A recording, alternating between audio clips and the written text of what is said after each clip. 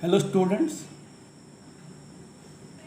today's topic is the remaining part of the new king and the kingdoms. Today we shall discuss about the Cholas. Here we give emphasis to the Chola dynasty from Oriyar to Tanjore. The Murtarayar held power in the Kaveri Delta. They were subordinate to the Pallava kings of the Kanchipuram.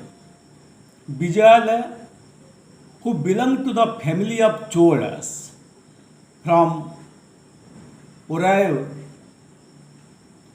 captured the delta from Murtarayar.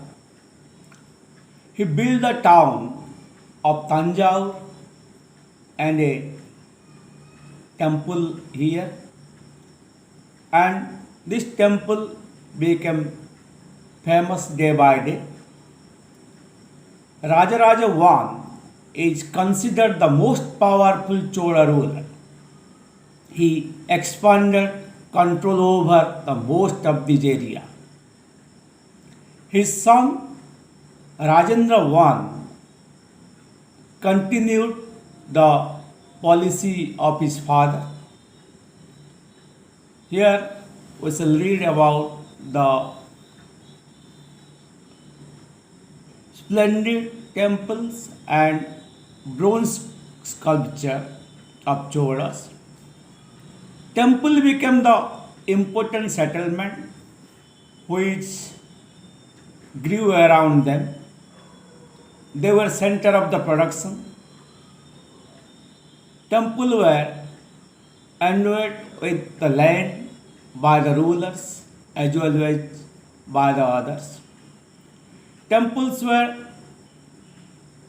the hub of economic, social and cultural life as well. Amongst crafts, the making of bronze images was considered the most distinctive. Chola bronze images are considered the finest in the world. Now we shall discuss about the agriculture and irrigation. Agriculture had developed early in the part of Tamil Nadu. From the 6th century, this area was opened up for large-scale cultivation. Forests were cleared, land were leveled. In the delta region, embankments were built to prevent the flooding and canals were constructed for irrigation.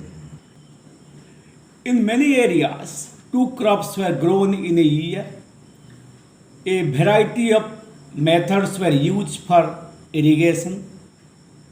Wells were dug, huge tanks constructed to collect the rainwater for agricultural purpose. Here we shall discuss the administration of the empire. The settlement of the peasants called Ur became prosperous. Group of villages formed the larger units, that is called Nadu, group of villages. The village council and the Nadu performed several administrative functions. Rich peasants exercised control over the affairs of the Nadu. The Chola kings gave rich landowners title like Muvinnavelan and Arya.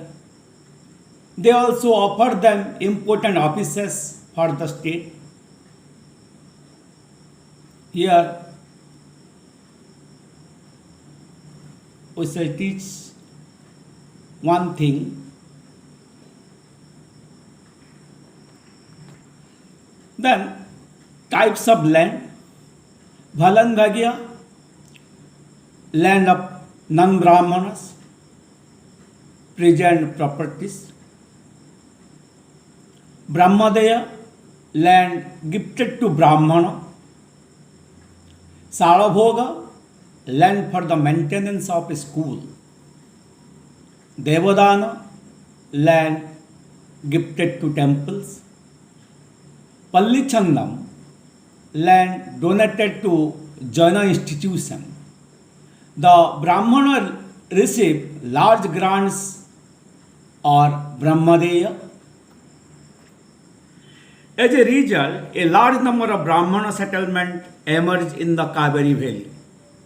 Each Brahmadeya was looked after by an assembly or the Sabha. The assembly worked very efficiently. Their decisions were recorded in detail in the inscription. Inscription from Uttar Merwar in Chingleput provide details in which the Sabha was organized. The Sabha had separate committees to look after the irrigation work, garden, temple, etc. Now we shall discuss about the inscription and the text. Who could be a member of Sabha?